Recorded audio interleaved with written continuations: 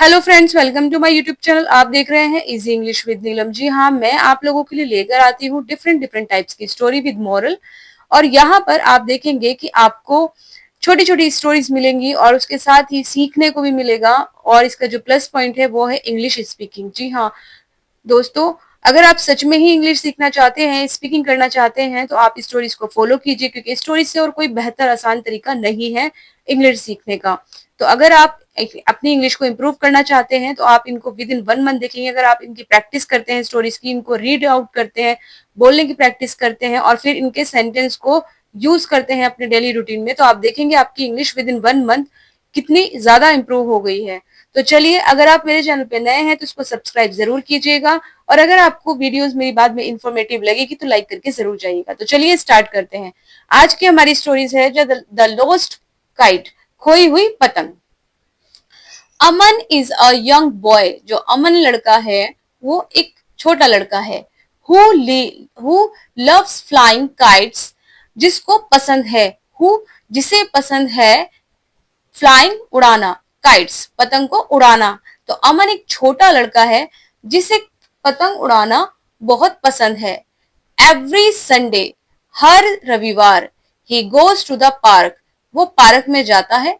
With his, अपनी, किसके साथ, कलरफुल काइट के साथ, यानी कि अपनी जो रंग बिरंगी पतंगे हैं उनको लेकर। One day a strong wind blow suddenly, एक दिन बहुत ही तेज अचानक से, सडनली होता है अचानक, विंड मतलब होता है तेज हवा, विंड ब्लोज मतलब बहना, यानी कि जैसे चलना, जैसे हम बोलते हैं ना हवा चल रही है तो उसको कहते हैं ब्लोज। विंड ब्लोज मतलब हवा चलती है या चलने लगी। स्ट्रॉन्ग मतलब कि तेज। एक दिन अचानक तेज हवा चलने लगी। One day a strong wind blow suddenly, कि एक दिन तेज हवा चलने लगी। The kite slips from his hand and fly and flies away. तो जो काइट है, जो पतंग है, वो उसके हाथों से फिसल जाती है और दूर चली जाती है, दूर उड़कर चली जाती है। अमन बिकम्स वेरी सैड। अमन जो है वो क्या हो जाता है, बिकम मतलब होता है होना, वेरी सैड बहुत दुखी, अमन बहुत दुखी हो जाता है, क्योंकि उसके हाथ से क्या होती है, फ्लाई जो है मतलब काइट जो है वो उड़कर चली जाती है। That kite is a gift from his grandfather. That मतलब वो, काइट मतलब पतंग, वो पतंग इज अ गिफ्ट, क्या थी, उपहार थी, किससे, फ्रॉम हिज दादाजी, मतलब जो उसके दादाजी थे, ग्रैंडफादर मतलब होते हैं दादाजी। तो जो पतंग थी उसके दादाजी का दिया हुआ उपहार थी, यानी कि उसके दादाजी ने उसे गिफ्ट की थी।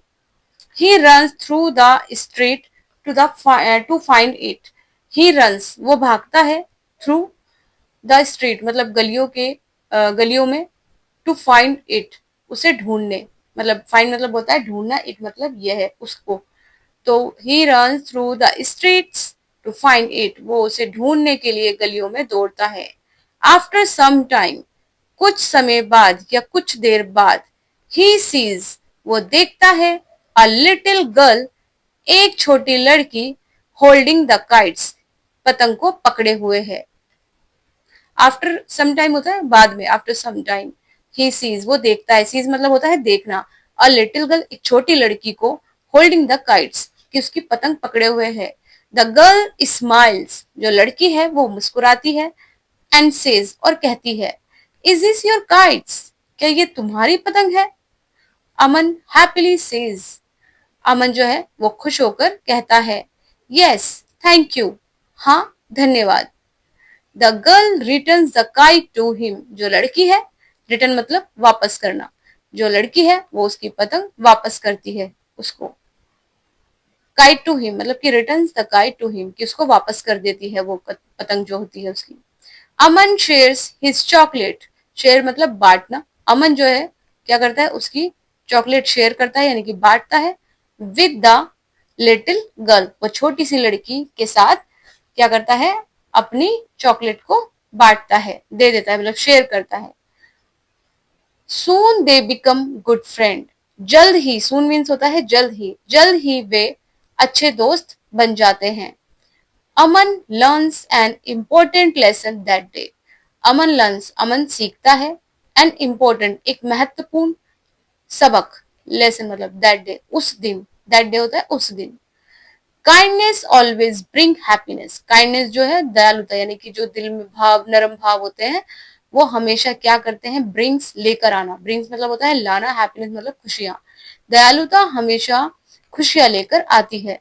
तो इसका जो मॉरल है स्टोरी का वो है, a small act of kindness can create a beautiful friendship, कि दयालुता का एक छोटा सा काम एक सुंदर दोस्ती बना देता है। तो आई होप आपको ये वीडियो अच्छा लगा हो, अगर अच्छा लगा हो या इन्फॉर्मेटिव लगा हो तो प्लीज इसको लाइक कीजिए, शेयर कीजिए और सब्सक्राइब कीजिए, और साथ ही साथ जो बेल आइकन है उसको प्रेस करना ना भूले, जिससे कि मेरी हर आने वाली वीडियो की नोटिफिकेशन आपको मिलती रहे।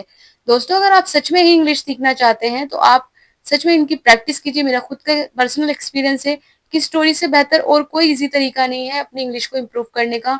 आप इनको रीडिंग करने की प्रैक्टिस कीजिए, जिससे कि आपका फ्लो बढ़ेगा। जैसे ही आपका इनका फ्लो बढ़ेगा रीडिंग करने का, आप देखेंगे ग्रेजुअली आप अपनी इंग्लिश में जो स्पीकिंग है आपकी, वो इतनी कॉन्फिडेंटली आप बोल पाएंगे और आपका जो कॉन्फिडेंट है वो बिल्ड होता रहेगा। तो आई होप आपको अच्छा लगे, तो लाइक जरूर कीजिएगा और सब्सक्राइब भी जरूर कीजिएगा। तो चलिए मिलते हैं नेक्स्ट वीडियो में। टिल देन अच्छे रहिए, खुश रहिए और एक पॉजिटिव थॉट के साथ सीखते रहिए।